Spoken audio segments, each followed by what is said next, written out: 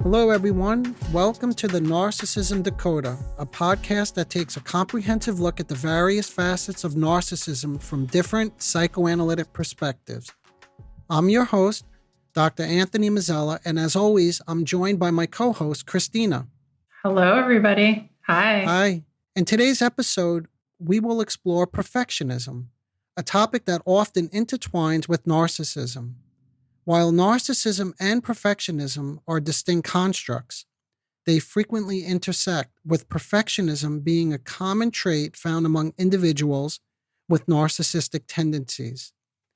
In this episode, we will delve into the topic of perfectionism, exploring its origins and etiology. Then, in the next episode, part 2, we'll shift our focus to the inner critical voice, also known as the punitive superego, and examine its roots and development. So the title of this episode is The Role of Perfectionism Among Mental Health Professionals, and it's part 1. And I'm wondering, Dr. Mazzella, where did your interest in studying perfectionism originate, and why do you think it's important to identify and understand this as a clinical issue? My interest in studying perfectionism among healthcare professionals stemmed from my role as a continuing education provider. Invited to present lectures at various Manhattan hospitals, I introduced what seemed to be a very unique psychodynamic perspective that resonated with the audience. This initial success led to repeat invitations, enabling me to form meaningful relationships with these dedicated practitioners. Some sought out treatment in my private practice, and that provided an opportunity for more in-depth collaboration with them. And then what happened is, through these interactions, I began to uncover what I identified as a distinct form of perfectionism, particularly in the meticulous completion of patient notes, or I should say that they could not complete the patient notes, that they wanted to be very meticulous, but couldn't bring themselves to write the notes. So this sparked my interest, and I wanted to dive deeper into the complexities of perfectionism within the healthcare field. That is a very particular form of perfectionism, very, very specific. I know you delved into this topic because I read these very 2 thought-provoking articles that you posted on your website. One is the healthcare worker and perfectionism, and the other on the healthcare worker's punitive superego. Mm-hmm. Do you want to say something about the aim of these articles? Yeah, sure. The main aim of the 2 articles was to initiate a preliminary investigation into the underlying psychodynamic factors contributing to what I thought was a disproportionate incidence of what I was seeing, and it was supported in the literature, of depression and anxiety that these healthcare professionals were experiencing. And what happened is, when I turned to the literature on this topic, I was intrigued by something I read, and I'm paraphrasing here just for a moment. Doctors talk about lying awake, worrying about what's happening to their patients because they see themselves as, and I'm quoting, superhuman, with the intention that they can cure everything and that their care is always perfect. And therein comes the word perfect. In another study, it was noted in relation to anxiety that there are fear of punitive consequences. And again, as you mentioned, that's something we'll take up in episode 2, part 2 of the series. And loss of self-esteem from colleagues. But what happened is neither source elaborated on these points. And in my mind, this highlighted the need for a more in-depth understanding of these phenomena, in particular, the superhuman identity and perfectionism, along with loss of self-esteem. Yeah, so very interesting. Everyone's heard of perfectionism in some form or other, right? It's very popular in the culture, and some people mean it in a way that's like, oh, this is just who I am and I can't change it. And other people feel like, it's making them suffer and they want to change it. But what, as a psychoanalyst and a psychotherapist, like how would you define perfectionism? I would see it like it's like a personality trait. It's a personality trait that's characterized by one's relentless pursuit for flawlessness, exceptionally high standards, and a tendency to evaluate one's self-worth based on meeting or exceeding these self-imposed standards. So the evaluation typically involves engaging in self-critical thoughts and behaviors and experiencing a persistent dissatisfaction with one's performance. So no matter how you perform, you're always left feeling dissatisfied. And of significance, this is probably the most important part when thinking about narcissism and a personality disorder, is it's pervasive. It's a pervasive and enduring pattern, which means it's unrelenting. It doesn't go away, and it cuts across many different aspects of life. It's not just limited to writing the perfect patient note. Right, yeah. Yeah, it's in other areas of life too. Yeah, in your articles, you describe the perfectionist as wanting to stand out, right, with the best ideas. But then there's this contrasting piece of having fragile sense of self-worth, right? And then and they're constantly seeking reassurance. So even though they stand out, they're fragile. And this is striking because, most of us would think of the perfectionists maybe as, so sure of themselves because, well, they get it all perfect, right? Mm-hmm. At least that's the idea. Yes.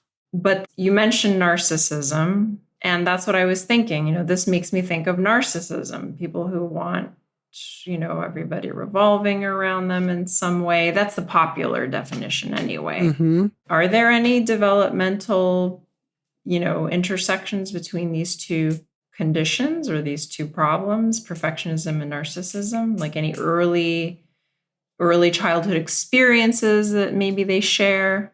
I see what you mean. Yeah, I think there are many, but in terms of early contributing factors, I can address that question. But to stay true to the mission of the podcast, let me explore the development of perfectionism from a theoretical perspective. But it's really important to keep in mind that this is just one theory. And this theory may not fit everyone's personal experience with perfectionism. And this is why it will be important to consider alternative theories to explain this phenomena, which we'll do in a subsequent podcast. But for now, let's start with let's just get a quick review if we can. Okay, Christina? Sure. What's the clinical picture? Yeah, well, there's definitely a constant feeling of having, like, as you mentioned earlier, like failed to live up to expectations and standards. And, there are high ideals that are just exceedingly high. And then on the other side, there's this overly harsh superego that wants to punish when you don't meet the expectations of this ideal. Yep. Yeah. In pursuing that ideal, I would just add one more thing or a few more things in terms of the clinical picture, is the standards are very rigid, right? So they're high, but they're rigid too. In other words, they don't change. They're not flexible. In fact, they're very inflexible, right? In terms of how these people think and how they behave and also with the notes, I started to mention this earlier, there's an incredible amount of procrastination, right? Because they have this rigid, ideal way of thinking, and then they sit down to write the notes, and it's hard to reach that ideal. Can I ask real quick before I forget? Sure. Does being a procrastinator necessarily entail that you're a perfectionist or a narcissist? Can you just, if it's not going to take us off track? Because I have lots of procrastinators in my clinic. No, I'm glad you pointed this out. And I always have to be really careful when I'm speaking about these things. And please always call it to my attention. There's never just one thing that leads. It's not like a cause and effect. These things are complicated. So I should probably say one potential thing that leads to procrastination is the fear of not living up to that ideal self. Mm-hmm, mm-hmm. Yeah. Great. Yeah, that makes sense. So let's start with just a basic premise. I want to go back and answer the question that you raised in terms of contributing factors. Mm-hmm. And remember, this is just one, to your point, right? There are many different ways that we can look at this. So this is just one basic assumption. Perfectionism is mainly about losing a sense of inner support and feeling prone to depression and anxiety due to not forming a strong and positive inner connection. Okay, so what does that mean? What is an inner connection? This is a connection with an emotionally rewarding and fulfilling source, like inner source, right? That keeps acceptance intact. So to use psychoanalytic terminology, this is the so-called inner object, something that one carries within, that's part of oneself, that becomes part of one's identity. And in psychoanalytic terms, an object typically refers to the internal mental representations that individuals form of other people. Now, this is saying a lot. I know I just put out like maybe 3 or 4 different terms here. We have inner object, we got an object, and a mental representation. So let's break it down.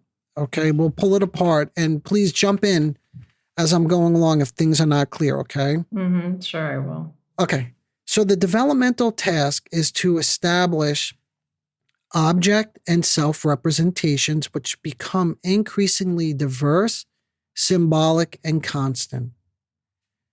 The connection, this is the crucial connection between objects and self-representations.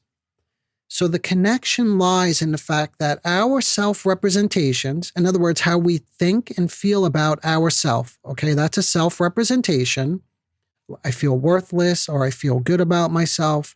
The way we feel about ourselves, the self-representations are deeply influenced by our experiences with the significant people in our lives. The object. Yeah, so there's it's not an object yet. So what happens is it's a person, it's a real person. Mm-hmm. But when we internalize that, which I'll get into in a moment, you're one step ahead of me, then we call it an object because it's an inner representation now of a person that was in our life. Right now, they're inside of us. Remember, that's the internalization. So what happens, the way that we feel about ourselves is often a reflection of how we believe others see and respond to us, especially in our formative years. So let me give an example just to make it clear, okay? This is just a very simple example, but then you'll help me build on it. A child falls down and scrapes his knee. He comes running into the house, crying, hysterically. He goes to the caregiver. Let's just, for this example, say he runs to his mother. And he's in a state of what? Excitement, agitation, right? Maybe we call it dysregulation. The way the child perceives, well, first of all, the way the caregiver, the mother responds to him is really important, right? Because this is now begins to develop a sense of his self-representation. How does she feel? How does she respond to me? Does she have an interest? Does she have a continued interest? Does she just patch me up and push me out and never ask about, my knee again? Right. Is she going to be harsh and punitive? That's right. Like, I get yelled at. What if she yells at him for falling down and blames him? So all of this, what I'm getting at, the way the caregiver responds, and this is just a simple example, and I have more. It's a good one, though. Thank you. That's going to influence the way the child feels about himself, you see, because if she doesn't give him the time of day, or like you said, acts punitively, then what's he going to say to himself? I'm not worthy. I'm not worth, mom's time. Nobody cares. Nobody cares about me. Mm-hmm. Or he might say that when I'm out playing and having fun and have an accident, I get punished for it. So I shouldn't take risks. I shouldn't have fun. Yes. Yep. Absolutely. You see what happens when you have fun? You get punished. So I shouldn't have fun. Exactly. And then this is stuff they carry forth. Mm-hmm. So from a psychoanalytic perspective, just to go back to a little bit of theory, if we look at Margaret Mahler, she has a theory on separation and individuation. And it places significant emphasis on the emotional, that's what I was just getting at, and relational dimensions of early childhood development. And that was just an example, right? We saw both of them there. It was both emotional and relational. So Mahler highlights how infants form attachments and develop a sense of self-identity, a sense of self. Right, Christina? That's what you were just describing. So she proposed that during the first few years of life, infants gradually separate themselves from their primary caregiver, and they begin to develop a sense of individuality and autonomy. And this process involves several stages of increasing differentiation and integration, leading to the establishment of a coherent and distinct sense of self. So in all this, I just want to focus on two more things, and then we'll sort of go into some clinical material, okay? But I want to focus on differentiation and integration, because these are two critical developmental achievements that are necessary in forming one sense of identity, which of course has to do with perfectionism, and we'll tie that back in just a moment. So what is differentiation? Wait, before I go into that, and any other questions or thoughts? Anything I confused or need to spell out a little bit? Okay. No, continue. Okay. So differentiation is a milestone in a child's growth where they begin to form their own sense of identity and independence. They differentiate. It's an important step towards becoming a unique individual. But we have to ask, how does one arrive at such a state? In other words, how do they get there? How do they get to this differentiated state with this unique individual identity? So just one more concept I want to throw in is object constancy. Object constancy is an important developmental achievement that occurs during the latest stages of the separation-individuation process. It means it's the ability of a child to maintain a stable and consistent emotional connection with their caregiver, despite physical separations or emotional conflicts. This makes me think a little bit of attachment theory, just letting you know. Okay. Yeah. So what has to happen, right, Christina? Like, what has to happen for one to reach this milestone that they're able to have this, what we call object constancy and an individuated sense of self? So we need to just take one more step back. Early on, this is earlier in childhood in Mahler's stages, there's a profound sense of dependency on the caregiver, not just for basic needs, right? But for comfort, for security. And this closeness, if you think of the example, right? The child in that little example I gave is not just looking to have his knee patched up. What's he looking for? He's looking for security and comfort from his mother. And what happens is when there's enough of this closeness, this connection, this becomes essential for the child's early survival, and I would say psychic survival, like of his emotional life. So the caregiver's responsiveness and attunement to the developing child, the infants, this is how early it starts, that infants are aware of this stuff, of course. Many people believe that infants are not aware of the way the parent responds, but of course they are.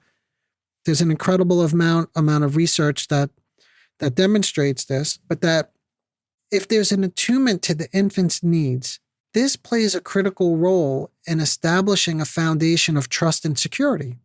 And there's your attachment right there, right, Christina? That's the early attachment begins to form. And this shapes the child's later ability to differentiate and form their own sense. So they have to have this secure attachment, to use that language from attachment theory, right? To form their own sense of identity and independence. So object constancy becomes crucial because it actually allows the child to feel emotionally secure.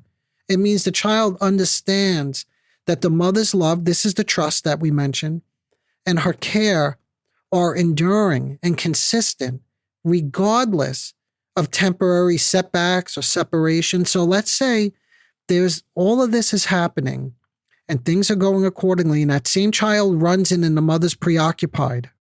That won't necessarily be a devastating experience for the child if if there hasn't been an excess of that, right? If there's been more love than disregard.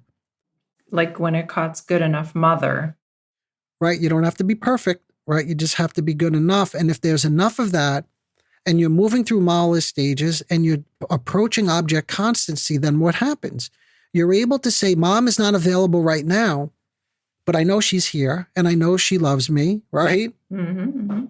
So I'm throwing around a few different concepts here, but I just want to put in one more, okay? If we could talk about part objects, because we said, let's go back. So initially in early development, the child relates to what are called part objects, which just basically means that they have a function for the child.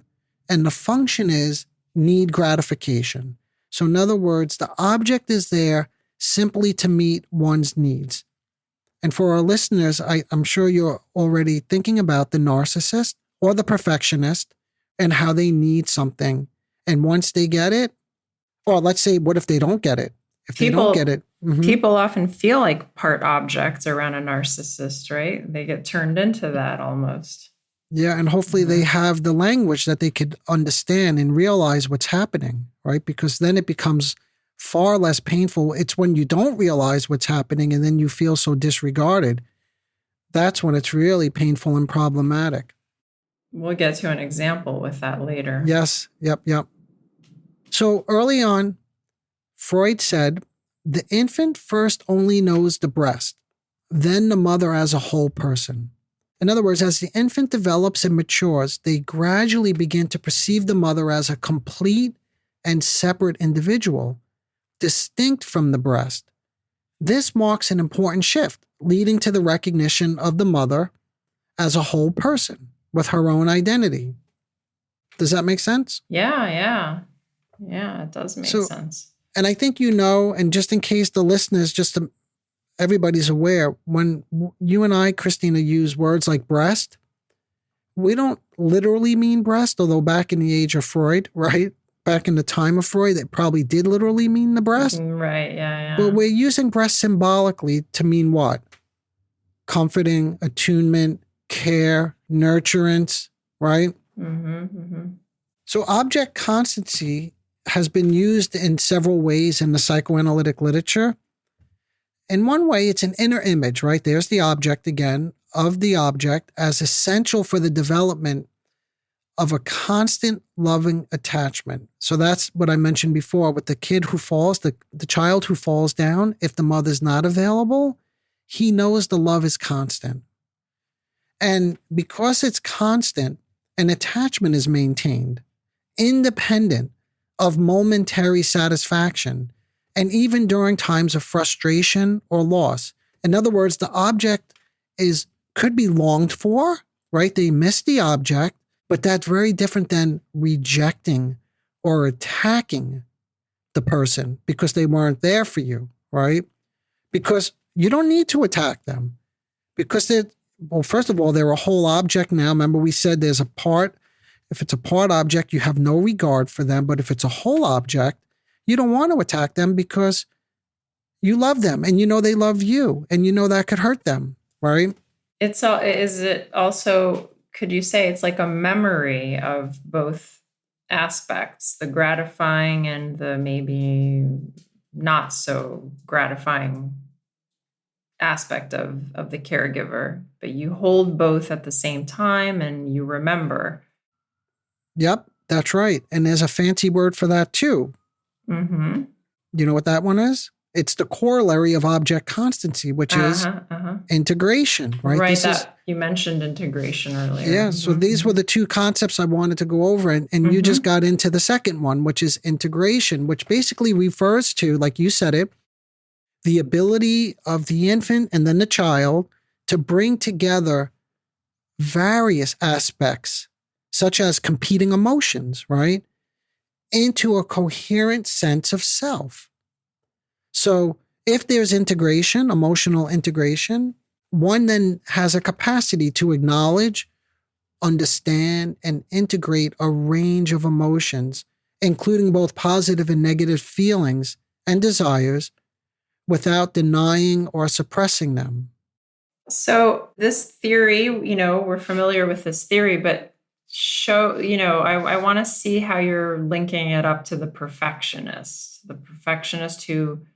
who needs to seek these external, validating sources that they're doing a good job, all of that. Mm-hmm. How does this connect? Okay. So let's go back to the perfectionist. Thank you for keeping me on track so we don't get too mired, too bogged down in theory, right? So let's say things go well. If things go well, there's a stable sense of self and others. And what emerges is that object inside, right? So what that means is accompanying our every activity is this inner object, which is why later in life, we're no longer dependent on external validation. So I think you see where I'm going with the external validation, right? See, because it's as if we have someone inside of us, right? That's, the self-representation. Remember the objects inside, internalized.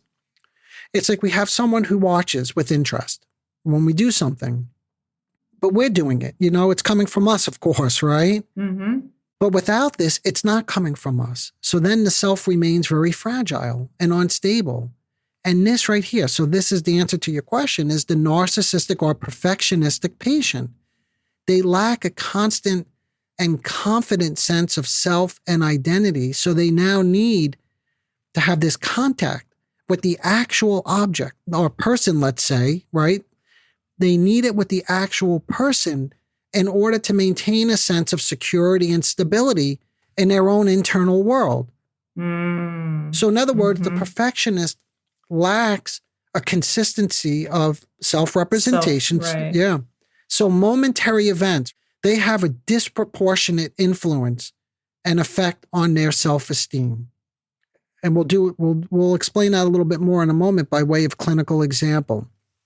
But what we see then is acceptance or rebuff, approval or criticism, anything of the moment will have a major impact on their current feelings about themselves, right? And on their feelings about the other person too, of course. So there's been considerable evidence dating way back to Freud and Piaget, Abraham, later Klein, which suggests that impairments in object and self-representations create a particular vulnerability to depression. So that's the depression, remember that I told you I was seeing with my patients, and I saw in the literature as well. The perfectionists suffer from depression. That there's depression. It's there not just too. Anxiety. It's not just fight or flight, but it's like a sad affect. Yeah, and it's like, why? Like, what is this depression about? So like a loss, theory, right? Mm-hmm. Mm-hmm. So there's a loss. And why? The danger of the loss is related to the loss of the object, right? Yeah, because remember the object is the inner, right? Yeah. Comfort. It's not there. So if it's not there, where's the love? Where's the acceptance? Where's the approval? That also makes me think of Freud's theory. Well, we're not going to be Freudian here, but the lost object and mourning. Yes, that's right. And no, we could be Freudian here. Maybe not today. Maybe we'll have to go into that because when you say mourning, we think about depression, right? Mourning and melancholia. Exactly, yeah. And it is a good question. And maybe we can address that in a later episode is why do some people have a capacity to mourn and other people suffer from depression? Well, in part, this is the answer. Because if there's a loss of an object, there's what? Nothing inside to fall back on. Well, there is something inside, actually, but we'll have to get to that in part two. It's hard to know what's missing or what's even there. Yeah. But something has to be there, you see? And that's what we'll talk about because there could be something that's not loving there, but just the opposite, of course, right? But I don't want to give too much away. Okay, so back to your question, the link between all this stuff that we're talking about with object constancy, right? Integration, separation. What we see are their attempts, right? For the person who has not achieved this development, there's not this developmental achievement of object constancy. So in order to avoid a painful feeling of this loss that we're talking about, that's one way to define depression. There are many different ways, by the way, of defining depression. This is one of them, that there's a loss. One way to patch that over is to strive for excessive achievements and perfection. See, in other words, if they overcompensate by overachieving, they can win approval. And this is what we call compensatory strivings. And there may be frantic attempts to demonstrate that they're the best, they're the strongest, they're the smartest. Look at my accomplishments. Look at how attractive I am. Look at how intelligent I am, et cetera, et cetera. I just wanted to say how important it is that you mentioned that this is one way to patch up the sense of not having this internal object, right? It's one way that this happens, is this seeking perfectionism, but that depression can show other manifestations, right? Like that's so important in psychoanalytic practice compared to certain medicalized approaches that have a very standardized one-size-fits-all definition for depression, right? Yeah, and that's why there's no standard treatment, right? Every treatment is designed to be unique because every type of depression that one experiences is unique to their own history, right? Their own object relations and sense of self, etc. So the perfectionists, they rely on support. They rely on others to support them, I should say. And there are several ways to get someone to play this role. But for the purpose of this discussion, if one is perfect, an inner voice says, I will be forever loved. But if I'm not perfect, if I don't write that perfect patient note, I won't be loved. And therefore, I'm always vulnerable to intense separation anxiety. And now there's one definition of the anxiety that I mentioned in the literature review. So here's the anxiety.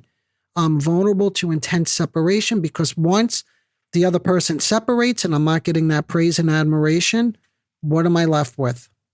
Right. Very interesting, this connection. It's a very, like you said in the beginning of this podcast, very highly specialized perspective on the healthcare professionals' issues and why they get depressed. It's like a kind of a subset, right? Perfectionism. Yes, and anxious, and why they get anxious too. It's not just that they work long hours, right? Which doesn't help, but they work long hours, but there are many other professions and other people who work long hours but don't necessarily experience this level of perfectionism or anxiety or depression, or not in the same way, let's say. Okay, so we have a theory of self and object representations in mind, a theory of the significance of object constancy. Let's now turn to this intriguing case study from another podcast on narcissism that will exemplify the practical application of this theory, where the rubber meets the road, so to speak. Mm-hmm. Okay, yeah, that's right. We're going to explore a scenario that many healthcare professionals encounter at some point in their career. This is a situation, and by the way, not just healthcare professionals, because remember, this podcast is for everybody. So our listeners who are not healthcare professionals may have a significant other person in their life that they could keep in mind, as they're listening to this example. And it's really an example of where you speak to somebody in a certain way, let's say, or a professional may use techniques or an approach, or you may have an approach with a loved one, and it's not working. Something happens. For some reason, the other person seems to be hearing you, but then you hit a roadblock. Yeah. Interesting. All right, so let's dive into this case study and see how our recently discussed theory can shed light on how these techniques can be applied. Okay. And how some techniques may not always yield desired results. That's right. That's the critical piece here. So in the podcast we're referencing, the hosts were dealing with a particularly challenging situation, and their thought process was quite insightful. That's why I wanted to share it today. The host discussed a scenario where someone is striving for personal well-being, this is what they say, while dealing with a narcissistic boyfriend who's projecting negative emotions onto them. So the two podcasters, who are both therapists, are referring to a patient who's there, in good faith, trying to get some help, and they're trying to figure out how to help this patient avoid being emotionally triggered by what they call like the abusive, narcissistic, gaslighting boyfriend. Okay? So the two hosts acknowledge that this is an important question, that we really need to think, how can we help this patient not be triggered? And they stress, one, the significance of cultivating self-compassion to address personal flaws and difficulties, and the need for inner healing. So this is a technique that they're recommending, right? Yeah, inner healing.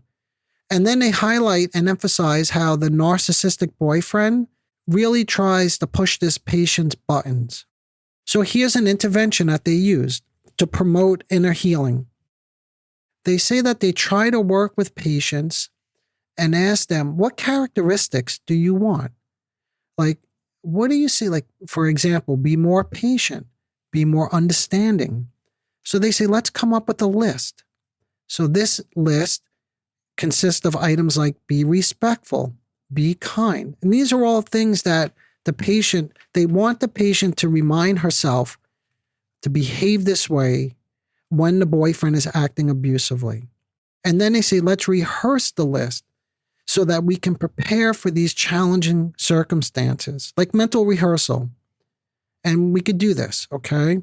So I think this is probably potentially a good place to start with a patient who has a capacity to hear and take in these really specific interventions, right? But I'm a little skeptical because with this patient that they're describing who gets triggered, I'm questioning in my mind the practicality of this approach. But they seem very optimistic, and they even add another technique, which is well known, which is called mindfulness. And it always helps to be mindful, it's true, to be more reflective, to slow down, to pull up your list, to remind yourself that this is the person I want to be.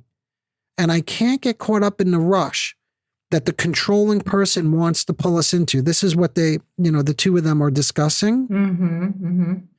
But then they say, that's easier said than done. And they both agree that this is really difficult. So the final technique they recommend, which is along the same lines, is you need to set up boundaries, right? And if you have an appropriate boundary, then you won't be triggered by the narcissistic boyfriend. Mm-hmm. So they explain boundaries to the patient. And the boundaries look something like this. I'm just going to go ahead and define myself. And I'll live in the limits which I know, is part of my well-being. That I'm going to be the person I am. But they say the narcissist wants to trigger you. But I'm not going to be triggered. I'm not going to fall into that game. So here we know, if we think back, this is where the theory becomes important. Earlier we spoke about object constancy. And we said there's a process of increasing differentiation that only slowly over time, developmentally, this is an achievement. If one reaches this developmental milestone, they're able to recognize their own perspective. Remember, we said they develop their own unique identity from that of others. The self becomes independent. That's part of object constancy. So now we will know, based on the success of these interventions, whether this patient has reached that developmental level, right? So I'm sitting on the edge of my seat. I'm waiting to hear what happens. And they say the patient returns and says, I had this manipulator in front of me And I did everything I could to be calm and a steady person. But guess what? It didn't work. It didn't work. And then it's like, okay, now, again, I give these two podcasters quite a bit of credit because they're really wondering, what do we do now? And they say, we can reinforce that I get to be who I'm going to be, separate and distinct, right? So they reinforce the boundaries, right? But they say something which is really quite striking, which is they get this intellectually. Like intellectually, we could say this to the patient, but in practice, that's pretty hard. Well, intellectually, she already knows she has a problem because that's why she went to therapy. And she knows that she's being turned into a bad object. She's saying, I want to be compassionate. I want to be this. I don't want to be what he turns me into. So she has this intellectual knowledge, right? Wouldn't you say? It's intellectual knowledge. That's right. She could say that. Yes, she could say, this is a boundary. I hear what you're saying to me. Maybe she didn't know the word boundary before, but she knew that something was happening to her with this narcissist. Like that there was some awareness. It's just that how did she get there? And okay.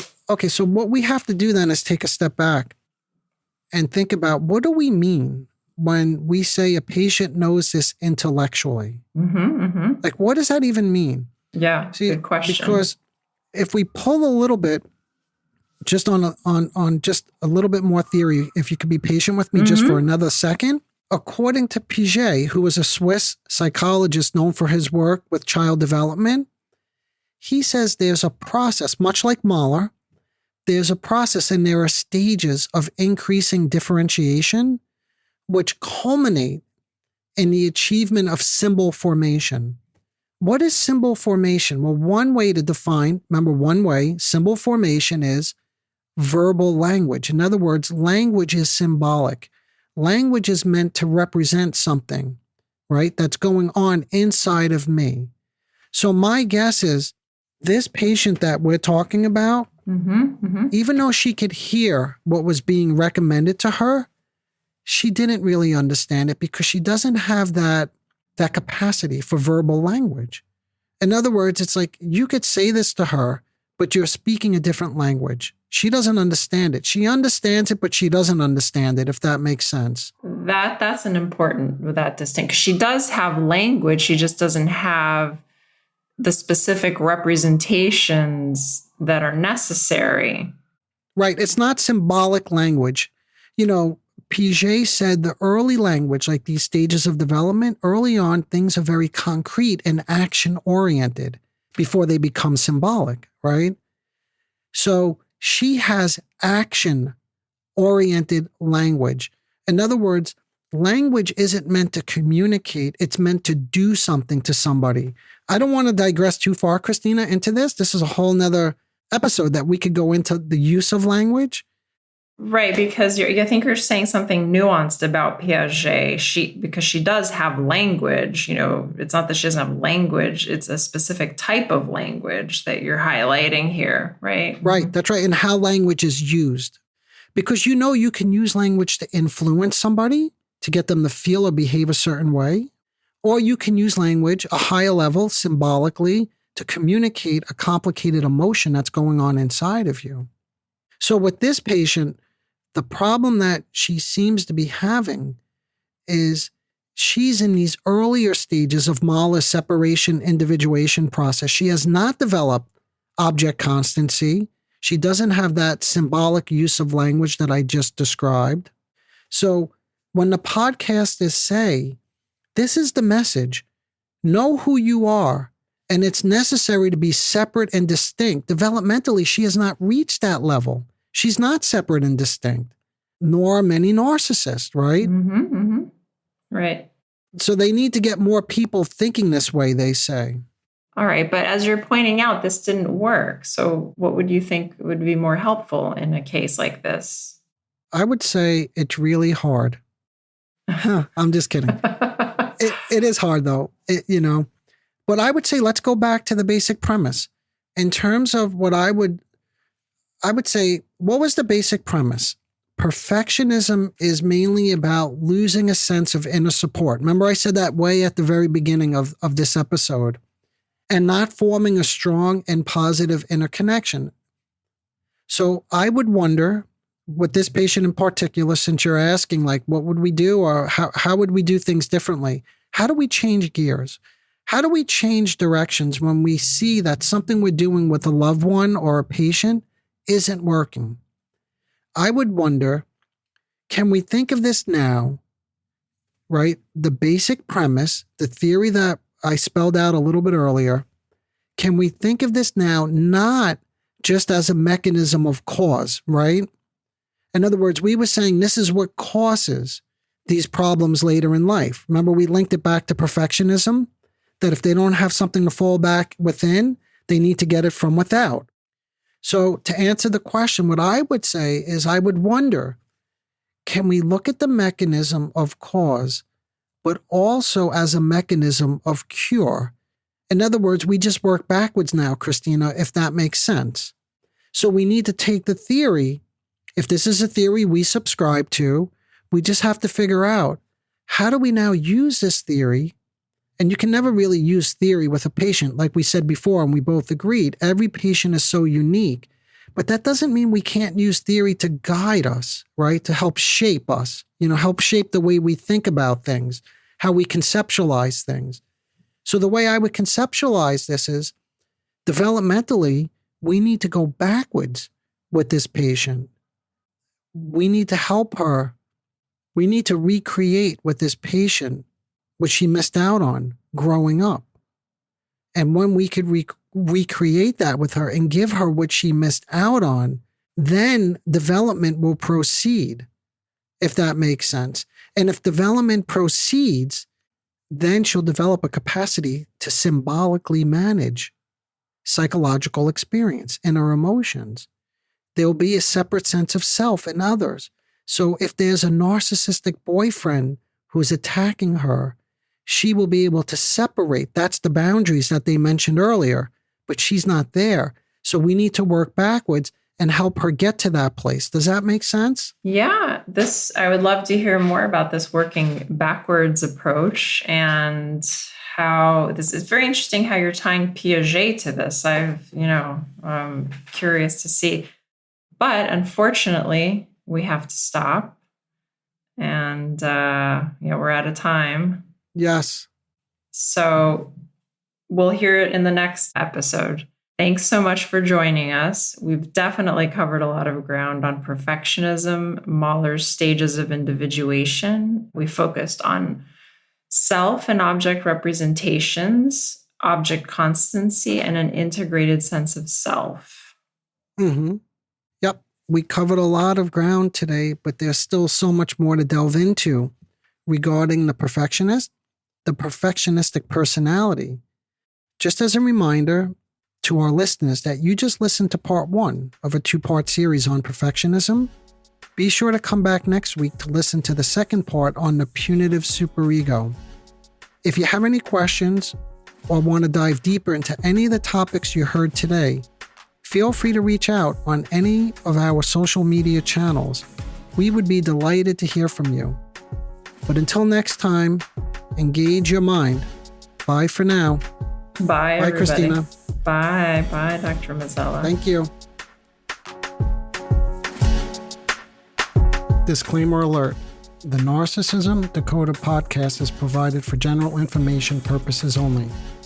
The content presented in this podcast is not intended to diagnose, treat, or cure any psychological condition related to narcissism. The content on this podcast should not be considered a substitute for professional medical advice, diagnosis, or treatment.